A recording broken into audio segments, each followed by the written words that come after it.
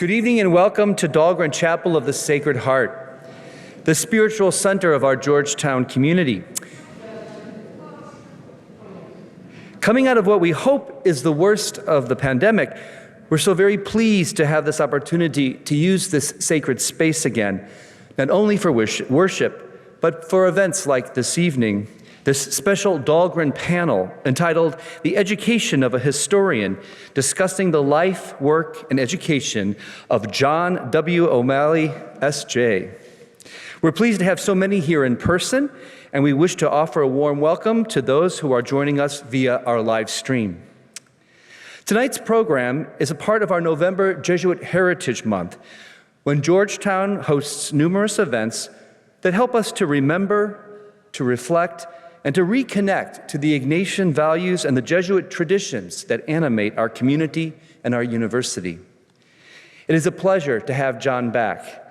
We are excited to have with us, too, this lovely panel of folks, scholars who have benefited from the mentorship, the collegiality, and the intellectual conversation with John over many years. A heartfelt thanks then to Jim Keenan from Boston College, Peter Phan from our theology department, and David Collins from our history department. Thank you for joining us in this celebration. Tonight's program offers us a chance for our guests to speak about John, his memoir, and the broader intellectual project of his life. After that, John will offer his own remarks on his memoir. And following John, the panel will engage in discussion, moderated by Father David Collins, and then toward the ends of our program, we'll open up the conversations for questions from our audience here in the chapel.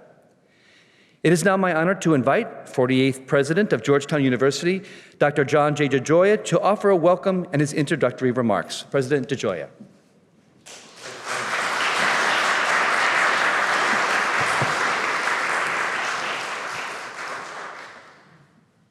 Well, thank you very much, Mark, and thank you all for being here this afternoon. It is a pleasure to have this opportunity to gather together here in Dahlgren Chapel with our distinguished colleague, Father John O'Malley. Earlier this month, on All Saints' Day, we marked the beginning of Jesuit Heritage Month, an annual practice that invites our community to reflect on and celebrate our Ignatian heritage. And I'm grateful to Father Mark Bosco and Father Jerry Hayes and their team for their work to provide opportunities during this special time of year for our faculty, our staff, and our students to deepen their connection with our Jesuit values. There are a few scholars who have done more than Father O'Malley to share with us the work of the early Jesuits and to connect us to our heritage as a Catholic and Jesuit institution. For more than 15 years, we have been privileged to share this community with him. His work, his scholarship, and his teaching has opened up new possibilities for our engagement with Ignatian spirituality and has provided new resources for all of us to experience what it means to be part of Catholic and Jesuit institutions of higher learning. As we engage in this time of reflection in our community, we are honored to celebrate, as Mark just pointed out, his latest book, a first for Father O'Malley, a personal memoir, The Education of an Historian, A Strange and Wonderful History. So, John, we are so grateful to you for sharing with us today. A prolific author and one of the world's leading historians of the religious culture of modern Europe, his works have received 7 Best Book Awards from organizations ranging from the American Philosophical Society to the Catholic Press Association, and many others. He's been recognized by dozens of organizations for his achievements over the course of a lifetime of scholarship, including Lifetime Achievement Awards from the Society for Italian Historical Studies, the Renaissance Society of America, and the American Catholic Historical Association. Across his many works, John has offered fascinating and deeply researched insights into the factors that have shaped Jesuit and church history. His scholarship has had a profound influence in shaping and developing the field of Jesuit studies. And his latest book, The Education of an Historian, A Strange and Wonderful History, is his first memoir and a remarkable glimpse into his life as a scholar. The book details his time growing up in Tiltonsville, Ohio during the Great Depression, his experience coming of age and training as a Jesuit during some of the most tumultuous decades in modern American history, his training as a historian at Harvard and in Rome, the process of writing his most impactful works, Praise and Blame and Renaissance Rome, the First Jesuits, Trent and All That, and what happened at Vatican II. Like the rest of his work, The Education of a Historian illuminates some of the most important turning points in church history and helps us to deepen our understanding of the ways in which the events unfolding around him have informed his scholarship. How, in his words, quote, historians are creatures of flesh and blood, fears and hopes, living in time and space, close quote. Through his own personal narrative, he sheds light on how the process of studying history can shape us in the present and offers a glimpse into how he became the historian he is today. To lead us in our conversation, to share their insights on his work, we are joined by three exceptional panelists. And I'd like to take a moment to recognize our speakers today, Father Jim Keenan, Vice Provost for Global Engagement, Canisius Professor and Director of the Jesuit Institute at Boston College, a former student of Father O'Malley's, the author of the forthcoming book, A Brief History of Catholic Ethics.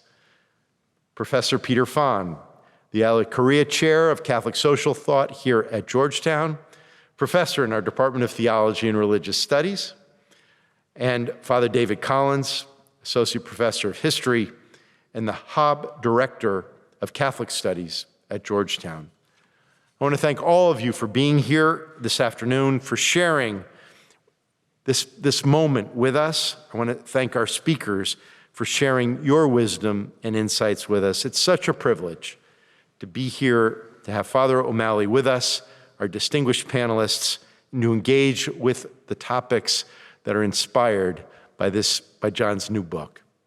I'm now going to turn things back to Father Bosco, and we'll begin our panel discussion. Thank you.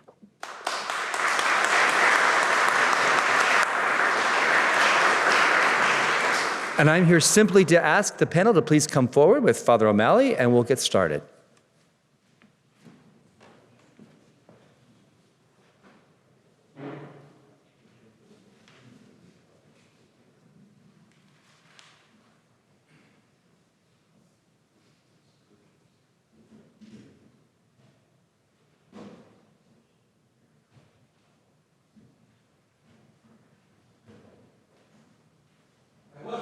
This way.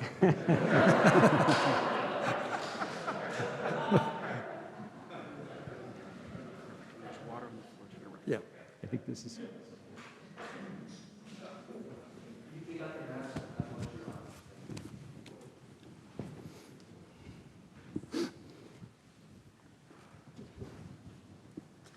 Do I just dive in?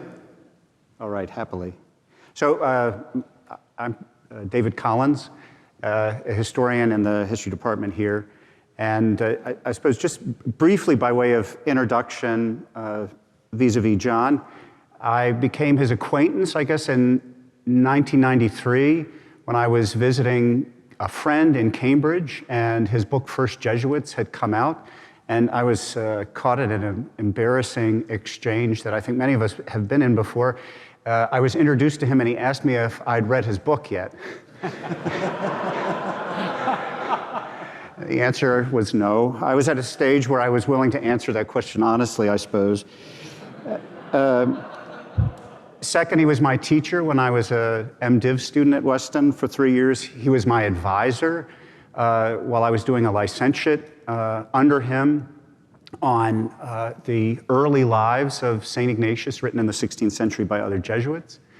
After that, when I was in doctoral studies at Northwestern, he was something of a mentor. He was the ear that I could bend unattached from my dissertation committee, which any dissertator needs. and then ever after my colleague. And in all of those relationships, underlying it has been friend. So I'm delighted to be up here to speak a bit about John. I thought I might highlight 3 items that I recalled from that relationship with John as I looked at his memoir. The first item I want to bring up is, I'll call it my favorite book of his. It's the book certainly that has had the most influence on me. And in mentioning this book, may be a little bit heretical because it's not the First Jesuits. And it's also a book that didn't make the cover, which has so many of his other books on it. And that book is, it includes maybe my 20 favorite pages of all his writing. The book is called Praise and Blame in Renaissance Rome. It came out in 1979. The subtitle maybe describes a little better its contents: Rhetoric, Doctrine, and Reform in the Sacred Orators of the Papal Court, 1450 to 1521. There's a chapter in there, the second chapter, that has 20 pages in which he sketches a 6-point scheme for illustrating precisely what constitutes epideictic sermons.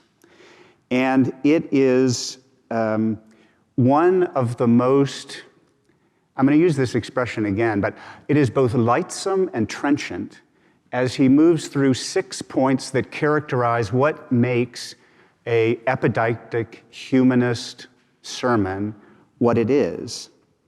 And just one sentence, because I reread it in preparation for this. The perfect epideictic, so a sermon of praise, will be an oration whose purpose is to evoke sentiments of admiration, gratitude, and praise, which in turn will lead to a desire for imitation. And in this 20 pages, with this simple schema of 6 points, in a prose that is perfectly accessible, he synthesizes what clearly must have been hundreds of pages of illegible 15th and early 16th century humanist sermons that were delivered in front of the Pope, and which captured for him the spirit of the age, a spirit of the age which was moving away from the technical and the moralizing and towards a spirituality that was full of admiration and gratitude and praise, such as would lead to a desire for imitation. That in and of itself is kind of a life lesson. It's one where you'd say it takes somebody who knows it from the inside to write about it. And then I would also say, as a historian, both in its lightsomeness and its trenchantness, it's the kind of history that I know I doubt I will ever achieve myself, but I will always aspire to. Second, sort of taking that narrow scholarship and applying it more broadly, I recall a conversation maybe 5 or 6 years ago now. It was in the president's office, as a matter of fact. We had invited another great eminent historian of the Renaissance to talk about humanist education. And this other historian had emphasized several very important points of humanist education and the importance of the liberal arts. And John kept coming back to a very simple point, and he wouldn't let us get away from it, or he just insisted that as we thought about education and its purposes and its goals, we remember this point at its heart, and that is that the distinctive characteristic of a humanities education has to be pursuit of the good in persons and in societies. That's what makes it distinctive. Now, he would put it in a large historical framework that would contrast it, as Renaissance humanists themselves would do, with scholasticism. But it was his clarion call that the liberal arts and a humanistic education is about good and the pursuit of the good in the individual and in society. And that's what's at its heart. That's its distinctive characteristic. Okay, since those are two very kind of serious things, I'll mention a third story that I definitely, I got insight into this whole issue from the memoir. It has to do with our first falling out. And it was over this, when it came time for me to choose doctoral programs. Of course, that was a function of what kind of history I wanted to study, or specifically what region in the 15th and 16th century, since the time period was not a question, the region that I wanted to concentrate on. And I failed to do something that John succeeded in doing, and that was crossing the Alps southward. I stayed and stay in Germany. And finally I understand why. And this was your mistake, John, is you never offered me gelato. So, Jim. Or is Peter? Peter. Sorry. It is a great honor and joy for me to be part of this O'Marian festival to celebrate John's life and work as a historian. In the introduction to his book, The Education of a Historian's A Strange and Wonderful Story, John quotes the opening line of Gisela Richter's memoir titled My Story, and I quote, "Anybody I have ever known who wrote a memoir was a pompous ass." I didn't invent this. This is on page 4 of his book. I can assure you that John, whom Miss Richter knew, and who now has written his own memoirs, is no pompous ass. John says that his book is, quote, "the story of the lessons the historian himself learned," unquote. The title speaks of the education of a historian. In my brief remarks, I would like to do the reverse, namely to speak of not the education, but the teaching of John O'Malley, the historian, and the lessons I myself, as a systematic theologian, have learned from him, the historian.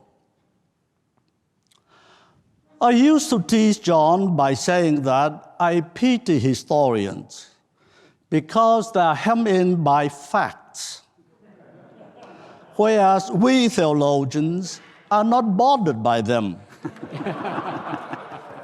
and can roam unhindered in the vast expanse of immutable and eternal truths. I was kidding, of course. Recent politics in the US has reinforced the absolute necessity of agreeing on the facts and rejecting alternative facts and fake news if democracy and civilization are to survive in this country.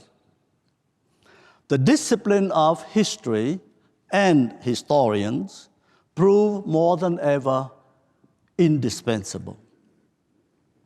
However, the necessity of the discipline of history has not always been acknowledged by Catholic theologians, at least not until the 19th century, when history first emerged as a scholarly field of study in the German Academy, thanks to the work of Leopold von Ranke, widely recognized as the father of modern history.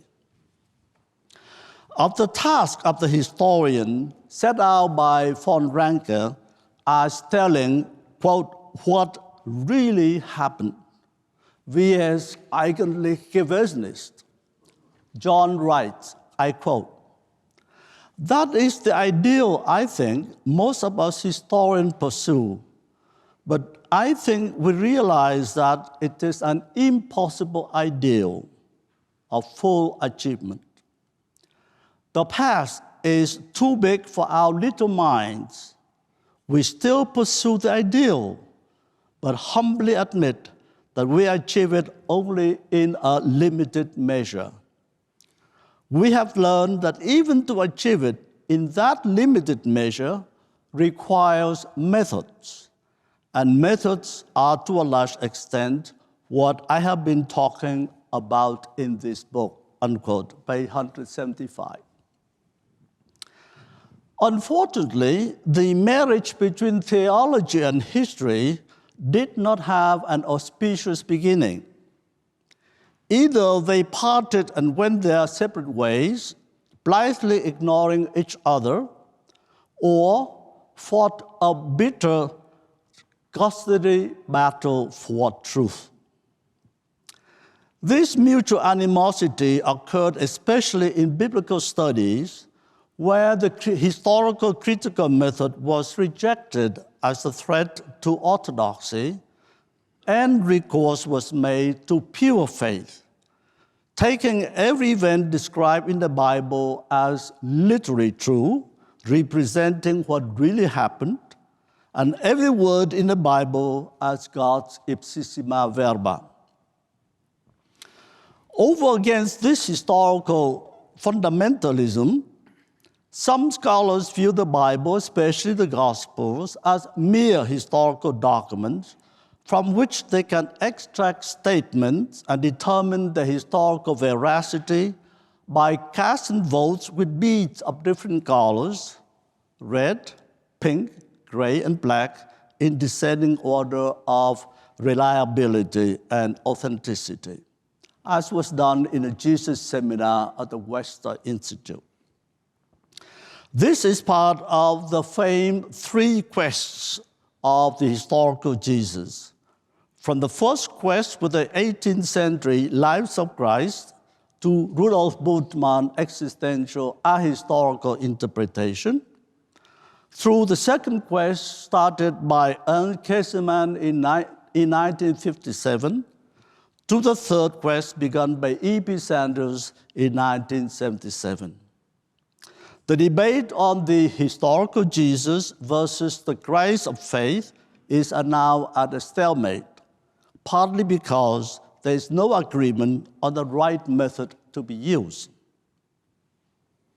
Fortunately, here comes John to the rescue. He reports that the most important insight of his life came to him when he was writing Praise and Blame in Renaissance Rome, Rhetoric, Doctrine, and Reform in the Sacred Orators of the Papal Court. John expresses his insight as follows, I quote, "Paying attention to how documents speak is the first clue to what they are saying underneath the words. That is to say, paying attention to rhetorical styles, or, put more broadly, patterns of communication, unlocks the values, assumptions, and mindset that otherwise escape us," unquote. John's other methodological insight is, quote, "about the importance of assigning accurate names, because names define what we are talking about. It is about the process of refining the questions we ask of past documents, which entails an ongoing dialogue between us and the text," unquote. This second insight places John in the august company of Master Confucius, who insists on, quote, "the rectification of names." In Book 13 of the Analects, when asked about the first measure to be taken to improve the administration of the state, Confucius replied, quote, "it would certainly be to correct language," or to use John's words, assigning the accurate name, You are in the company of Confucius, John. I always knew it. Let me end with a statement by Leopold von Ranke. In a diary entry from January 1877, contains his mature thoughts about being a historian, and I quote, "The Proverbs tells us that poets are born, not only in the arts, but even in some scholarly fields, young men develop into full bloom, or at least display their originality.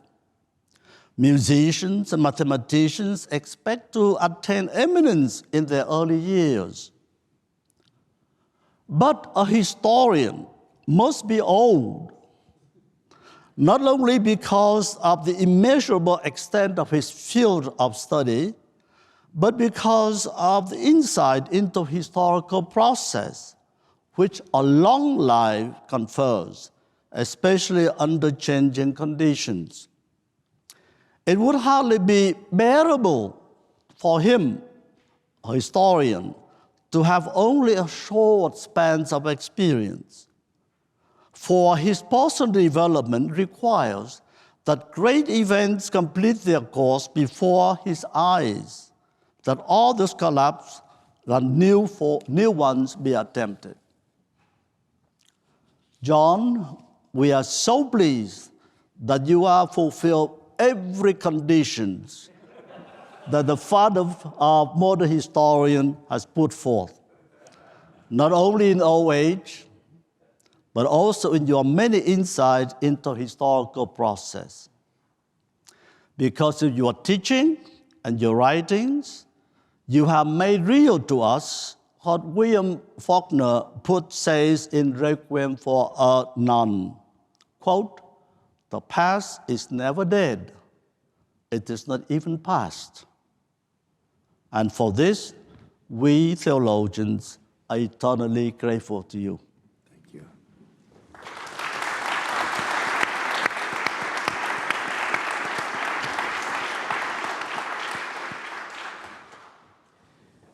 Mark asked us to say something personal and something about the book, and I want to do that in two parts.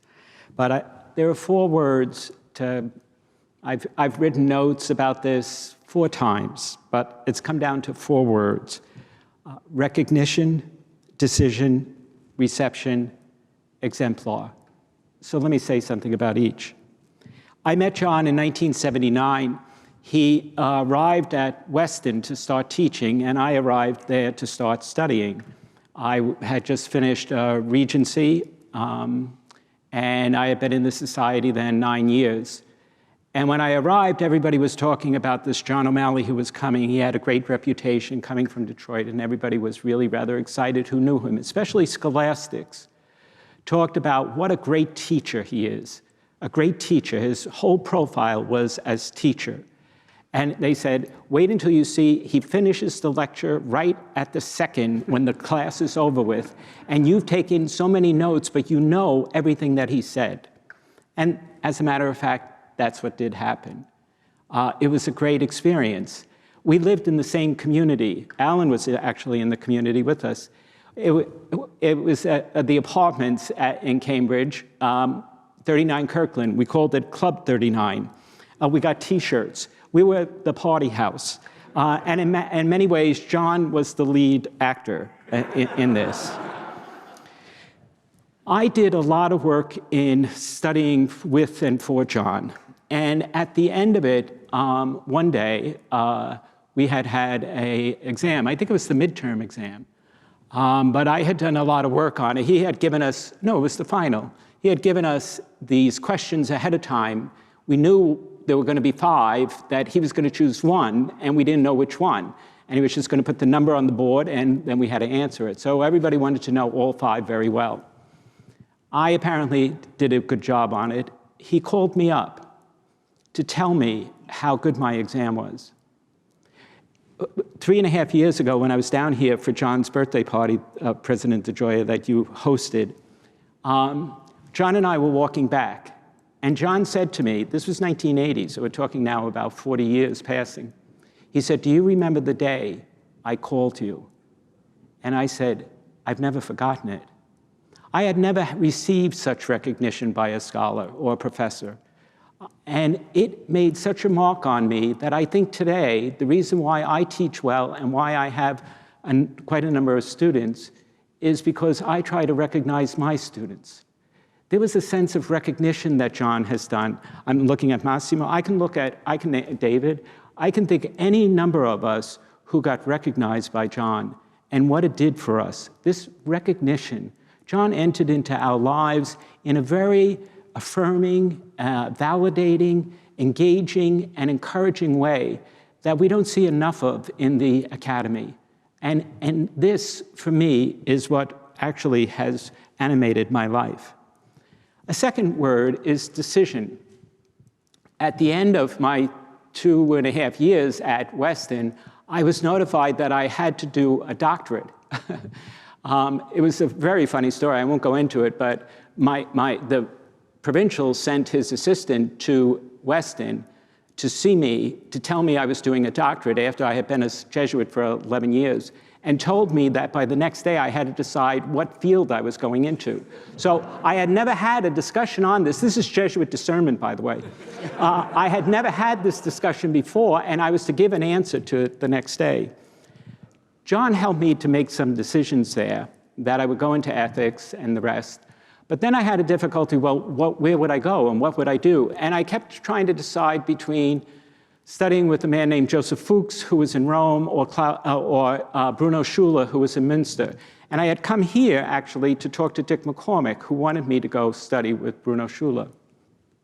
But I really wanted to study with Fuchs, and I couldn't make up my mind. And John just simply said, "What's the difference between the two of them? They're both great." I said, "Yes." He said, "Münster or Rome?" And I said, and he said, Why didn't I get the gelato? yeah, well, he said, "You know, it's 5 years. Where do you want to be for those 5 years?" So I went to Rome. Fast forward, 10 years later, I've now done my license, I've done my doctorate, I've been teaching 4 years at Fordham, and I'm being recruited by Notre Dame, I'm being recruited by Weston, and Fordham wants me to stay there, and I can't make up my mind.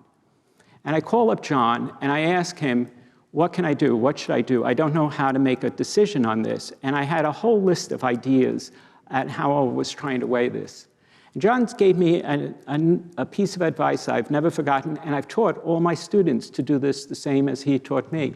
And it was this. He said, when you make a decision, most times you go through your head. You make a list here, you make a list there, you make a list here, you make a list there. He said, occasionally, you also think with your heart. Who's there? How do I know them? Who's there that I want to avoid? Would I want to go there? He said, but the real issue of decision-making is your gut. Listen to your gut. Just listen to your gut. I've repeated that many, many times. But I listened to my gut, hung up the phone, and decided that I was going to go to Weston. And I think, John, your book is written from the gut. There's something about your book that I have to say, it's unflinchingly honest. There's no mask. You're very transparent. Your envy, your desires, your appreciation for recognition, everything about your humanity is not dressed up. We're seeing your gut. And so think about that, decision and gut. Third word that I want to say is reception. I think historians are going to talk about this, but Peter just talked about how theologians are going to and have been receiving John's work. So I want to say something about reception, because reception is a very theological word. It's a very ecclesiological word. Right now, we have a major document like Amoris Laetitia that our bishops are not receiving. So reception is really rather significant. And I wanted to tease out how I think, John, your work is not only going and has been, but this book itself will be received not only by historians, but by others. For instance, art historians. I think that, I was with you when you responded to Leo Steinberg. And I know I was with you on many, many occasions where art historians just were listening to you. The impact that you had on them was really significant. I can think of sociologists, Catholic sociologists like Katerina Schuth. I can think of people in Jesuit spirituality, how they've been really changed because of your work. You know, I can think of theologians. I can think especially of ecclesiologists who one after another end up, because of your work on Trent, on Vatican I, Vatican II, on early modern Catholicism, that you've really influenced not only, with all due respect, the historians, but also theologians, ecclesiologists, spirituality, what you've done for pastoral theology. That pastoral theology, which we always considered like a weak sister, and the way you've defended pastoral theology so vigorously as the style of the council and brought it forward as saying this is something of substance and needs to be recognized as such. I found that in that your reception, you've been received. And I think that in each of these fields, you have really changed not just history, but art history, sociology, ecclesiology, pastoral theology, spirituality, and theology.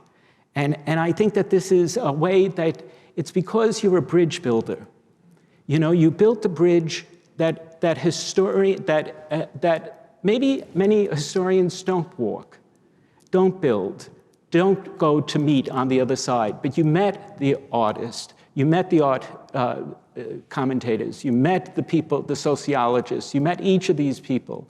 And I think that this work, like all your work, is going to be continued to influence fields way beyond history because of the type of bridge builder you are. And the last is, I think for the Academy, you're an exemplar. I think that you're an exemplar as a teacher, as I've said, for me. I think the recognition you give, and I think that that's one of the most important things that a teacher can do is, and a mentor especially, is to give recognition to her or his own students. I think that what you do in trying to teach people on decisions is really significant. I think the way your work is such a way of connecting us, of engaging us, of building these bridges. But there's also a way that you touch our guts so that we do a work that exemplifies you. So not only do we benefit by you, but we imitate you. And God knows you love flattery. And I have never known anybody who loved flattery as much as you. And I would want to say imitation is the finest form of flattery. So I just want to conclude, you know, President DeGioia commented that I just finished a book on a history of Catholic theological ethics. There hasn't been a book written, there was only one book written in English, and that was in 1987. And that was by Jack Morney, a very famous book that Oxford published called The Making of Moral Theology. And in it, John has a thesis, and it's basically that Catholic ethics has been formed by the sin manuals that came out of Ireland from the 6th to the 9th and then on to the 12th century. And he said it was always out of sin that moral theology taught. And that never sat well with me. And that suspicion, that is it so? You know, like, were those nudes covered in the Sistine Chapel because Trent said to cover them? You know, those questions all the different questions that you ask, is it so? Was it this? Is this the true story? What is that fourth vow about after all?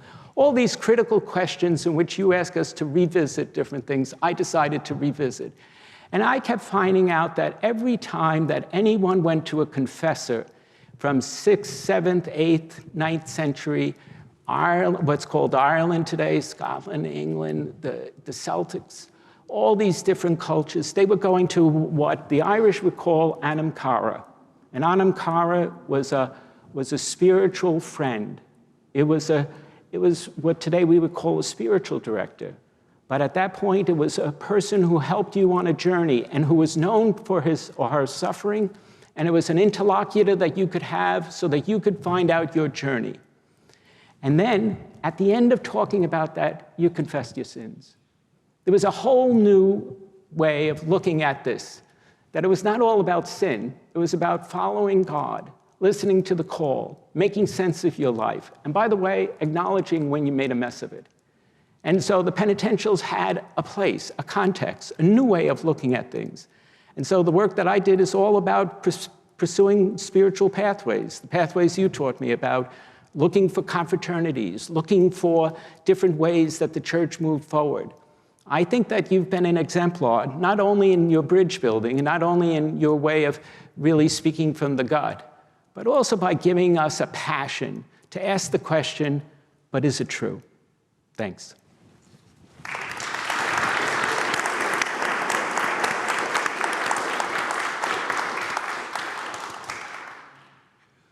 I guess it's finally my turn.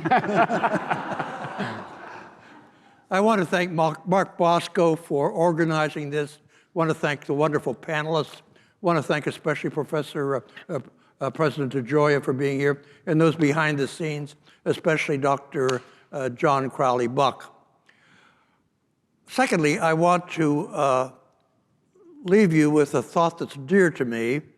I hope you won't think it's too sentimental. Buy the book.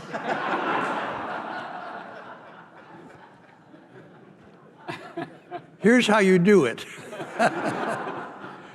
You go to the St. Joseph's University Press website, find About Us, scroll down, and get the emails of either Carmen Croce, the director of the press, or Joseph Corpenning, the editorial director, and email them. I guarantee, so order your copies that way. You notice I said copies because the Christmas season is coming. It's a wonderful gift. So down to the matter of the day, I have, like many other people here, I have 3 points. The first is, why did I write the book? Well, my motivations, I know, are mixed. But the basic overriding theme of the book is history is good for you. Professor Phan touched on this. Otherwise, what it supplies is our corporate memory. It tells us where we came from and how we got to be where we are, and tells us where we are. Nothing is worse disease than Alzheimer. It robs people of their memory, and in so doing, robs them of their identity. They don't know who they are. They don't recognize their loved ones. So if we don't cultivate our corporate memory, we don't know where we came from. And I think in the world today, and especially in the United States today, and among Roman Catholics, most especially among Americans today, that is so badly needed. And that's been kind of the overriding passion of my life, to try to show that history is not just nice stories. It's not just recreational reading. Sometimes people say to me how much they enjoyed my book, and I'm very pleased with that. I like flattery, as Jim said. But I sometimes think, gosh, I wish I hadn't made it so easy. I think of Father Copleston, Freddie Copleston, a great historian of science. And when he retired, he gave a lot of lectures around the world. And he said that when he gave a lecture in Germany, he had to make sure to insert 2 or 3 unintelligible sentences, otherwise people thought he was superficial.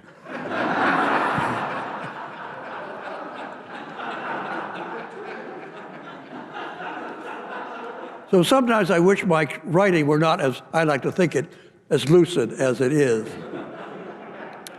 The second thing is well, here's the second thing. Oh, yes. I'm sometimes called a church historian, and that's right, that's correct. But I think that's a very limited way of describing what I try to do. I like to call myself a historian of religious culture. But let's say that I'm a church historian. So I think another one of my purposes of my life and of this book was, as I put it, to get church history out of the church, to get it in the public forum, and to help people realize that these religious events were cultural events and sometimes political events. I think of Vatican I, William Gladstone, the Chancellor of England, and Chancellor Bismarck of Germany realized that the First Vatican Council had terrific political import. So, as I say, that's another one of my really passions, to make so-called church history relevant to a wider audience. When I wrote the First Jesuits, for instance, I was determined that it have a secular publisher. I did not want a religious publisher, just as a sign that it was and I must say that I was so pleased. It won 2 Best Book Prizes, and one of the Best Book Prizes was for cultural history, which is, I think, what it really was. So then my third thing I'd like to talk about is this event is part of Jesuit Heritage Month. And so it's appropriate to say something about the Jesuits and about myself as a Jesuit. So one of the aspects of my work as a Jesuit, excuse me, is that I am a Jesuit. And that influenced how I go about what I did. For one thing, I was a very undisciplined young man. My parents were great, but they let me get away with murder. Well, I entered the Jesuits. That was that. They straightened me out. So I learned discipline, but I learned also Latin and other things. But more deeply, it helped me in interpreting the past. Because for one thing, the Jesuits taught me, well, first of all, as a priest, I heard confessions. And I was just filled with compassion for the penitent. And you see them struggling with their problems and how they're trying to be good amidst all kinds of issues. Good point for life. But then also the Jesuit spirituality is very introspective and self-examination constantly, and seeing the strange motivations that you have in the dark sides of your soul. And again, this makes you be kinder in your judgments of others. So what does this mean as a historian? Very much alive still out there in the historical profession is what is called the hermeneutic of suspicion. That is to say, a theory of interpretation that has suspicion of motivation, and no matter how nice and good and well-meaning something may be on the surface, you look for something underneath that's not so good, and you kind of expose it. J'accuse. I'm out there to be a hanging judge in a sense. And I must say that I pursue that myself. That's part of the profession. You have to be severely critical, but that's not enough. You also need a hermeneutic of compassion. You need to see what the struggle is and how people are trying one way or another to do good and to be compassionate towards the historical subject. So you get a balance between a hermeneutic of suspicion and a hermeneutic of compassion. And I think that's helped me. And you get a more balanced picture of the past in doing so. So thank you very much.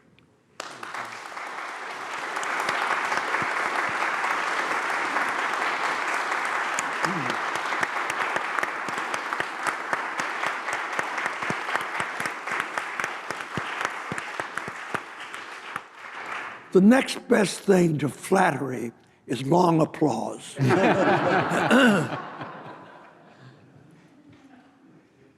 So astonishingly, for a panel of 4 academics. We're nicely ahead of schedule. So there's plenty of time for the conversation among the panelists and then to open the floor to Q&A from the audience. Maybe I'll start pulling something out from something that's came up in all 3 of our reflections and then in your own, John. But I wonder, could you say something about when you realized that what you were working on was relevant more than more than just historians? And it was striking that a historian and a theologian both named the same book as the one that was their launching pad for Appreciating You, which was Praise and Blame, which, again, strangely did not make the cover of the memoir. But not just in terms of book, but in terms of your own thinking as a scholar and an intellectual. And especially in light of, on the one hand, we think so much in terms of, and we're trained so deeply in particular disciplines. We aspire and talk a lot about being interdisciplinary. And in a sense, you're an interdisciplinary thinker avant la lettre. I mean, it seems to have come a bit naturally to you before everybody was talking about it. So how did your own insight into that come? Well, that's a good question, and you're not going to get a good answer. I don't know. I guess what I've always tried to do is communicate. And I don't really care to whom I'm communicating. And I've been very fortunate in moving in, I mean, I had that fellowship so I was doing my degree at Harvard, but then I won this fellowship to the American Academy in Rome, and that's where I was to write my dissertation. And the American Academy had an array of scholars in different disciplines, especially a lot of art historians and classicists and so forth. So I became used to speaking with people from different disciplines in that milieu. It was a wonderful education for me. I mean, breakfast, lunch, and dinner with these wonderful scholars, and it was not always serious, but as I say, that helped me kind of, I guess, very naturally cross disciplines. And some of this was to my amazement. I must say, when my first book was my dissertation on Gaius of Viterbo, a 16th century figure, and very important in Rome in his own day, early 16th century, but it's forgotten since then. But the art historians jumped on it, and that kind of surprised me. But they finally someone had opened up to them what was going on sort of theologically and so forth in Rome at the time of Raphael, Michelangelo, and so forth. I have to tell you a funny story. There was this very distinguished art historian from Britain, whose name was John Sherman, who I'd never met in my life, but extremely well regarded, and later came to Harvard and was chair of the fine arts department there. At any rate, out of the blue, I got this letter from John Sherman, and he said, you know, I've so much liked your book, and it's helped me so much, and so on and so forth. So I wrote back and said, well, you know, thank you very much, and you know, I've enjoyed what I've read of your art historical things. Then I got a second letter from him. He was more honest. He said, yes, you've written a very good book. It's done a lot of harm. What he meant was people had jumped onto it and taken it far beyond what they really should have done. But at any rate, I guess does that begin to answer your question? Yeah, absolutely. Yeah. Now, this is a conversation involving all of us, so please, other panelists, leap in as well. If you read the book, you'll be struck by the fact that John again says that an insight happened to him. It's like a light on your head. It is not a result of laboring, slowing, but he woke up one day, he sees that that's how he should read Jai Viterbo. He worked for a long time and he couldn't understand, first of all, because the manuscript was small in Latin and so forth. And one day he said, in the book, he said, I learned how to read Viterbo. Do not bring your own question into the text, but try to see what Jai Viterbo was asking. The question he asked, not the question that the reader brings into the text. He said that was an insight. The second time he said this is when he wrote the book Praise and Blame. For the first, he heard somebody, professor at Harvard, saying, well, you have to study rhetoric. And you say, what to do with it? And then he came to Rome, and all of a sudden he looked at these manuscript of the homily, the sermons at the papal court, and all of a sudden he said, I got an insight. He used the word eureka in the book. It's eureka. Yeah, he said that. So my asking to you is it something that you just happened to you, or is it a result of really long research, and at the end of it, it just dawned on you? Well, I think that, you know, it's intuition. And as I say in the book, life and scholarship is not 2 + 2 = 4. I mean, it doesn't go that way. You just all once something happens and you go for it. So it's intuition. And you have to have a background. You have to have some kind of grounding in it to be able to see what the problem is and where it's going. But it's funny how the mind works. Again, my dissertation, I wrote it. I got immediately an invitation to publish it as it was, and I said, no, I need time to research it, so to kind of make sure I got things straight. So then I ended up in Rome again, and I was working on it one summer, my first summer there, and I went out for a walk one afternoon, and all at once I stopped dead in my track. I said, that's my point. So the question is, Jim brought it up, what is your point? What is my point? So what? And that just comes, I mean, but you have to have the background to do it. It's a result of hard work, but hard work as such doesn't do it. You've got to have that insight. And then with praise and blame, this whole thing about rhetoric, I was encouraged to look at the rhetoric of these sermons, these homilies. And rhetoric, I didn't know what the heck that was. And it just seemed like fluff. But at any rate, da-da-da-da-da-da. And then I read something in the chapel, or in the Vatican library, kind of clarified it for me. I said, I got it. And I went home, was staying at the Gesù in Rome at the time, and said to a Jesuit colleague of mine, I'm going to write a book. I know exactly what I'm going to say. All I need to do is prove it. So I did the research and had a draft of that book done within, that was October, by August. That's a miracle. But if you got the insight, you know where the heck you're going. You know what you want to do it. So that's it. Oh, and I just must say that you quoted a number of lines from my book.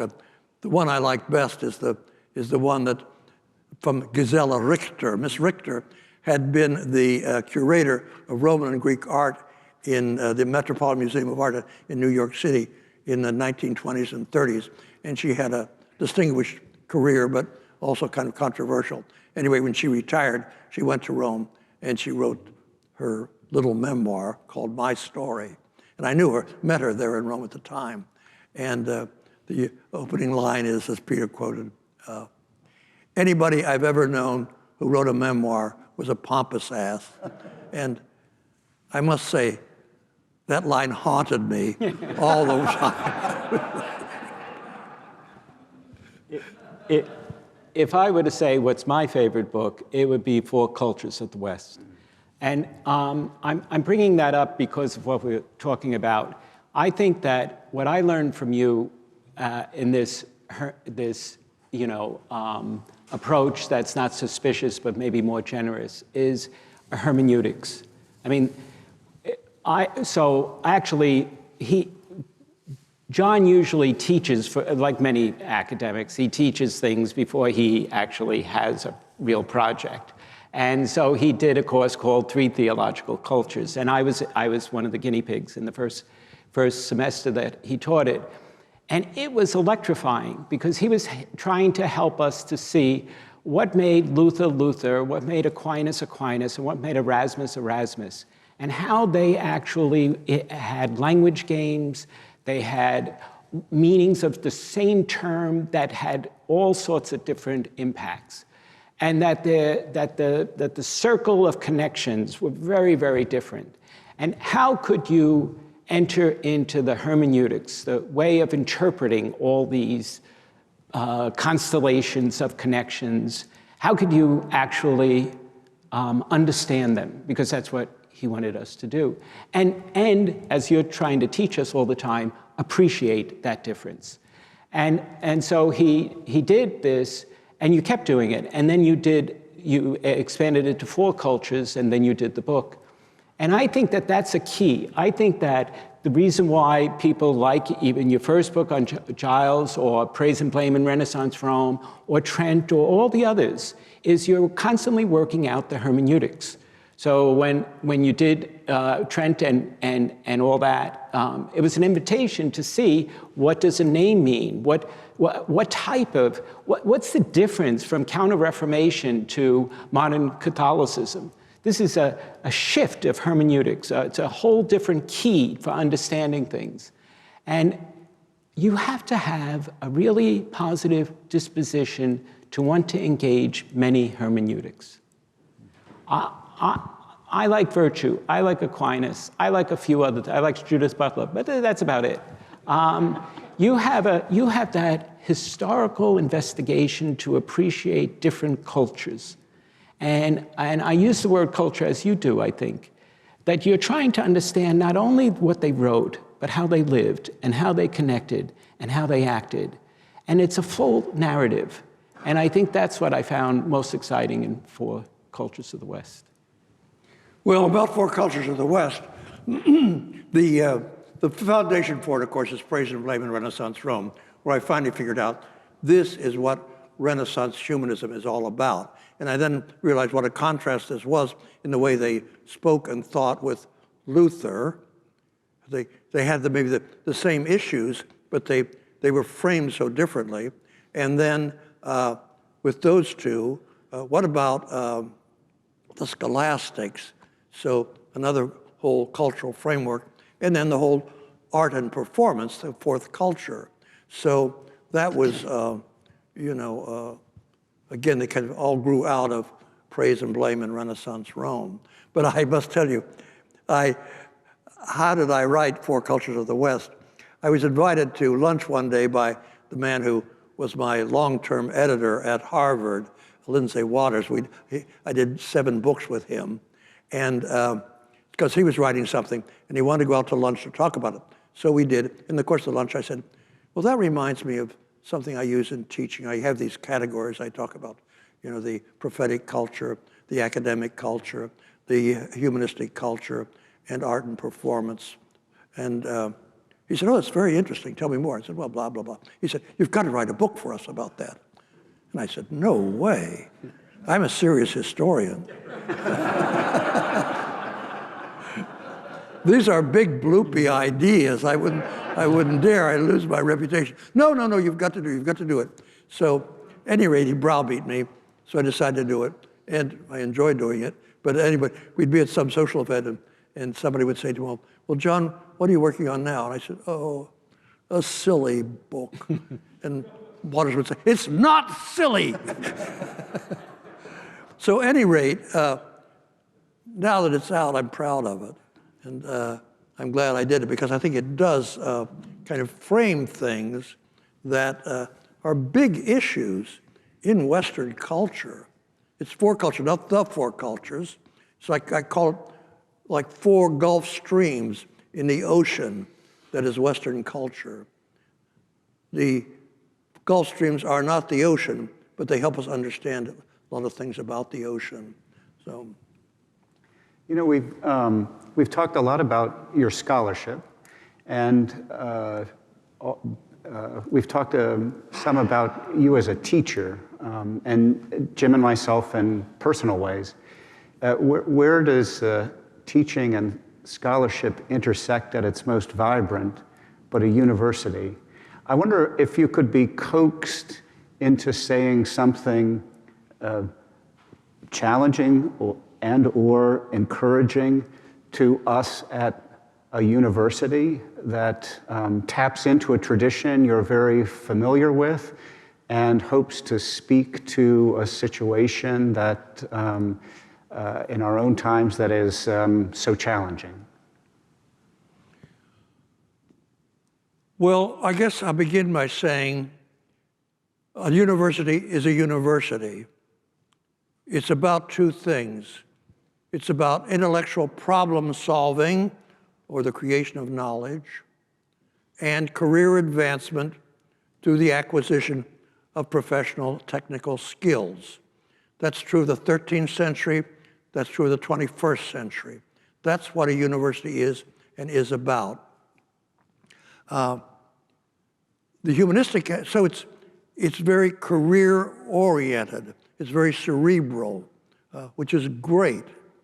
The humanistic program of education used some of the same texts, but it was much more student-centered, as we heard, to make students better, make for a better world, have a goal beyond just career advancement and solving intellectual problems.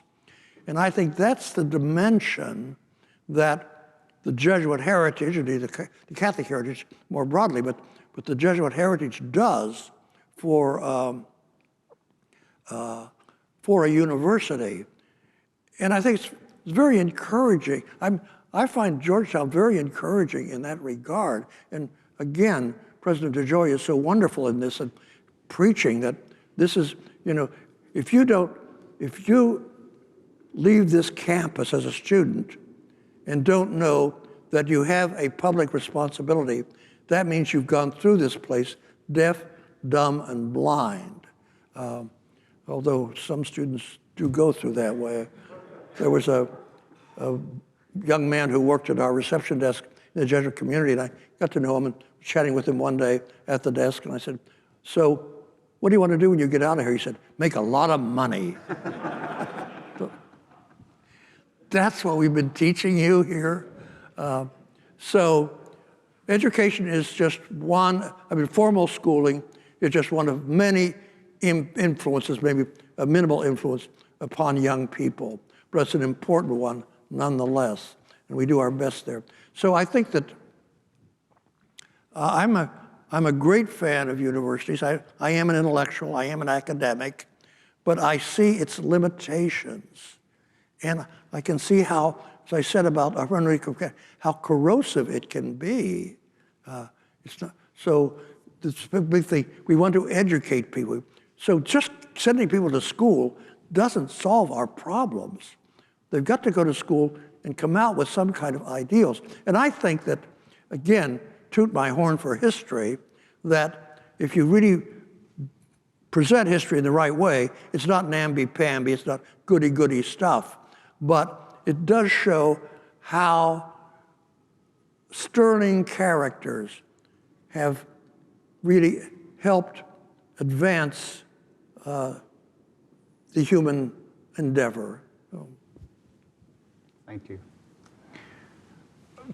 Would you Yeah, I would like to mention to you something that you perhaps do not know. When John was here for 13, 14 years, 15 years. Every single day, if he's not out traveling around the world to Rome for his ice cream, he would be in his office from 8 to 5. So the amount of self-discipline and work that looks so easy when you talk about intuition is the kind of work he does every day from 8 to 5 in our Department of Theology, the corridor. And I used to go from my office, walk down to his office. I often joke about visit to the Blessed Sacrament. It's a practice, as all the Catholics know, that you go to visit the Blessed Sacrament. I would stop by to say, John, I'm paying the visit to the Blessed Sacrament. And he said, yeah, the Blessed Sacrament is very lonely here. So I said, okay. So I do it 3 or 4 times a day. And he appreciated very much my kindness and my devotion. I have no heart to tell him I came in because there's a men's bathroom across the door. I saw through you.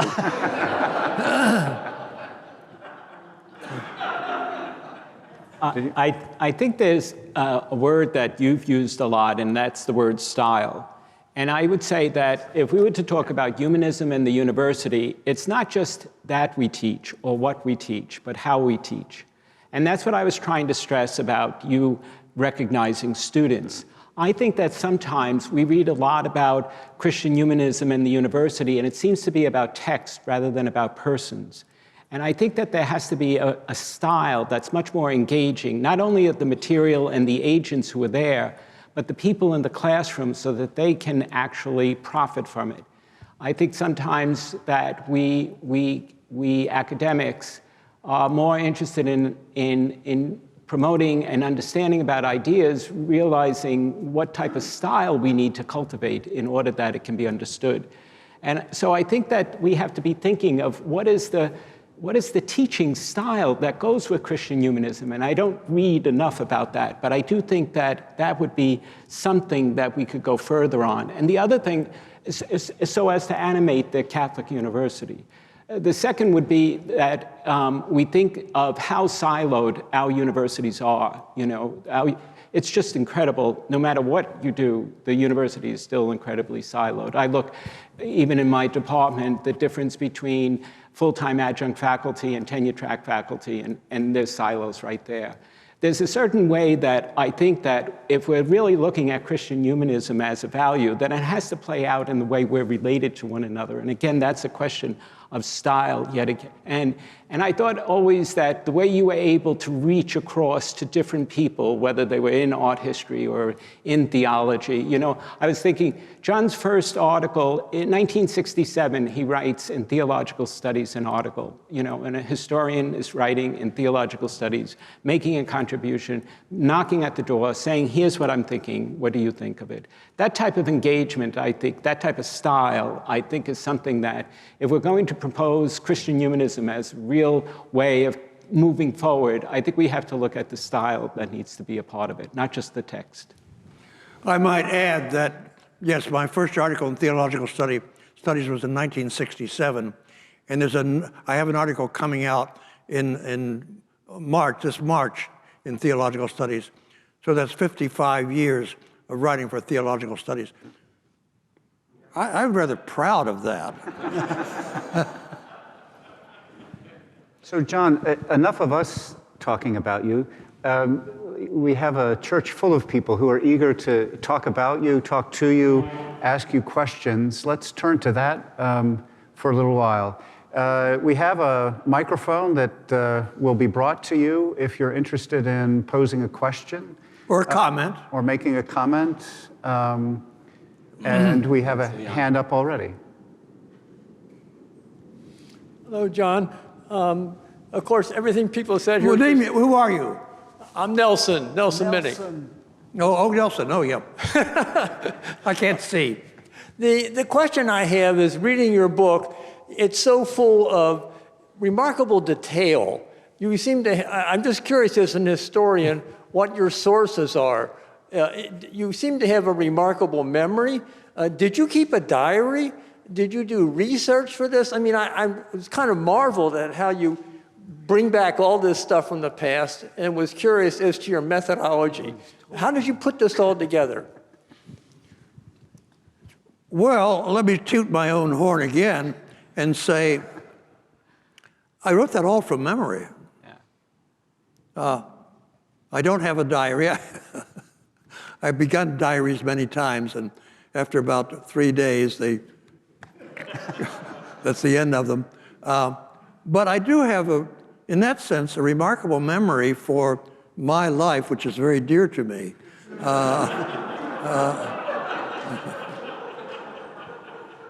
And what happened and how it happened. So I wrote a little memoir about my life. Well, I called it Life in a Jesuit Novitiate, 1946 to 1948. And those were my years at that novitiate. I virtually wrote that without notes. And then I went and I did some archival work and so forth, and I was accurate. So it is, in that sense, I do have that kind of a remarkable memory. But it's related to my life. So for instance, when I taught at Wesleyan School of Theology that Jim's mentioned several times, I taught this sort of second phase of this church history course. So the Middle Ages into the early modern period. And taught it every year. And so I had my yellow notes there to help me. So when the semester would begin, I'd go back to my notes and start to read through them. And I'd say, oh, isn't that interesting?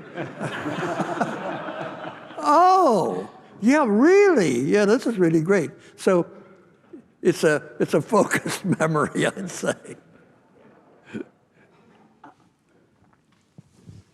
My name is Brian Daly. I teach here at Georgetown now, after many years at Notre Dame and various places.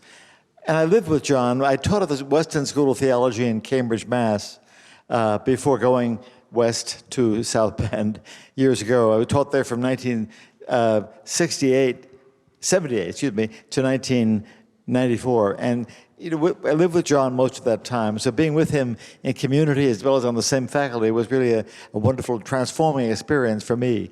I learned what academic accuracy and integrity was, and also what joy and exuberance was. But I think the thing that always touched me most about John is precisely that element of joy and energy. He's somebody who really loves what he does and gets life out of it, and communicates that when he's talking to other people, to his classes, and also writing his scholarly work.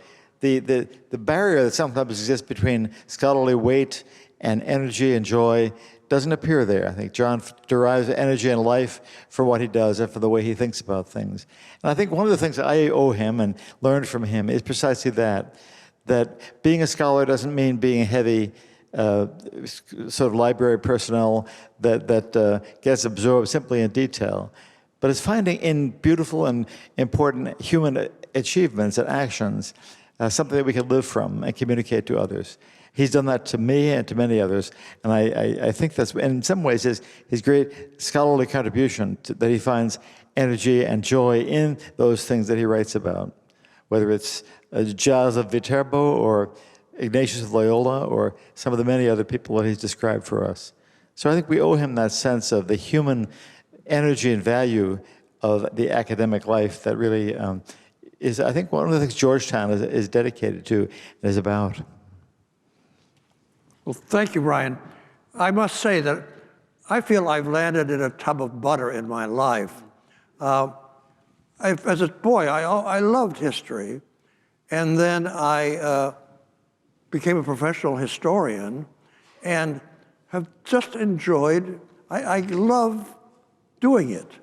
And maybe I communicate that, but I certainly feel it in myself. And it gives me a lot of energy, and I get caught up in problems. It's like, oh, I wonder how that happened. And then do the research and try to figure out what happened. So it is something that, as I say, is very genuine with me. I love what I do, and I've always loved it, and that's a big help. When I was, in training as a Jesuit, the question is, what are you going to do when you grow up? And when I was a novice, I was going to be a novice master when I grew up. Then when I was in the humanities thing, I was going to be a a classic scholar, and then when I was in philosophy, I was going to be a philosopher. Then in theology, I was going to be a theologian. But all the way through, there was this history underpinning. And that's what I ended up doing. That's what people wanted me to do. And it was just a wonderful choice. So when students come to me and are thinking about doing a doctorate and so forth, I said, well, first of all, why would you want to do that? It's a hard road. Graduate school is no joke. Then maybe you get a job. Maybe you do. Maybe you don't. Then what do you do? You're not trained to do anything worthwhile. Then, that was a joke.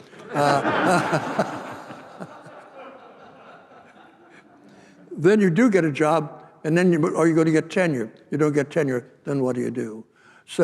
But if you love what you're doing, it's worth it. And somehow or other, you'll make it work for you, even if you don't get the job of your dreams.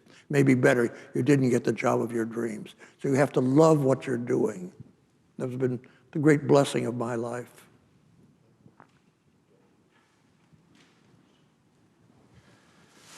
Hi, John. It's Paul Heck. I just want to note or remind you and let other people know how much the Moroccan scholars who visited enjoyed you. I have these Moroccan Muslim scholars who come, and always, John, your readiness to speak with them, and in particular to explain to these Muslims for whom the church and church history is very opaque, to explain to them the concept of a church council. And so I just want to remind you of that and let other people know. There's also an interreligious aspect, I guess, to some of your work, because those nitty-gritty things are really how we understand each other. And whenever I'm in touch with them, they always ask how you're doing, and I say he's still at it. He's still at it. So I just want to thank you for that. How quick you were to respond to my requests to speak to those people, to those visiting Muslim scholars. I also want to ask a question, and maybe it's folly of me to do so, a kind of a grand question, but you're someone who's a fan of folly, or at least praise of folly, as I recall. The way you talked about hermeneutics of compassion, and I mean, it made me think of providence, how goodness kind of is at work in the world, right? There's the hermeneutics of suspicion. What's the power calculation here? But then there's also as you call it, the hermeneutics of compassion. And so, I mean, one thing I've been wondering as I've listened to you and others speak tonight is thinking about historical inquiry. Can we talk about providence? If providence is somehow the activity of goodness through the ages, can we talk about providence as object of historical inquiry? And would you like to see that be part of your legacy? No.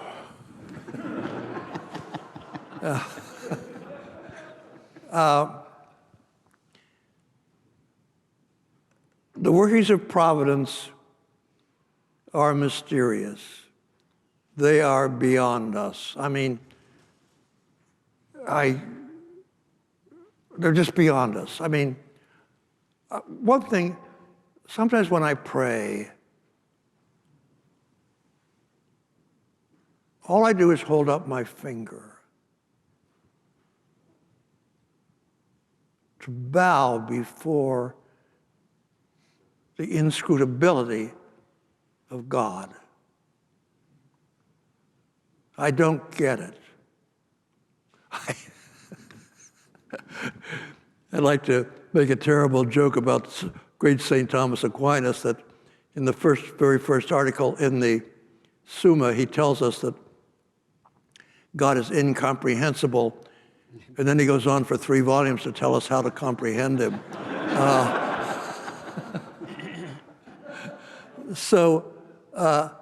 And providence is part of this. So I think one thing that the historical method has taught us is to liberate church history especially, but other history, as free of this providential, whether a secular providence or a religious providence, to liberate us from that. America's manifest destiny, you know, that's a providential thing. Come on, let's get real. So thanks for the question, because it's another hobby horse of mine. I mean, the great answer that we all need to give and have to give some, I don't know. You ask me a question, I don't know. I can't, that's beyond me. Or I just don't happen to have the information. So it's very liberating to be able to say that. So thank you very much, John. And I think we're going to wrap up the panel. Let me just offer one final word of thanks on behalf of the panelists and so many people that have spoken here. It taps into something that a number of people have said very explicitly, and it touches on your own reflections on the best of epideictic that is based on gratitude and admiration and imitation. And it's just one verse from the epistles that I think is applicable in this moment, Paul's letter to the Thessalonians. Therefore, encourage one another and build up each other, as indeed you are doing. And that seems to be a verse that has guided your life for as long as any of us have known you. Thank you so much.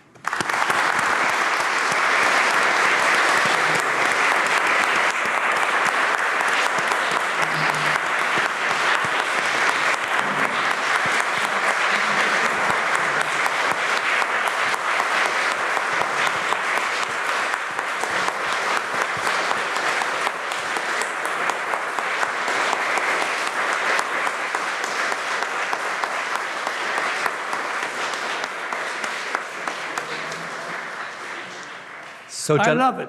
I hope those long applause were of a good length. I just want to thank everybody and thank our panel, especially John, and all of you for coming tonight to this wonderful evening. John made sure that I had to say a second time, you can buy the book by going to this little place here, this little scan on the card here, and follow his directions.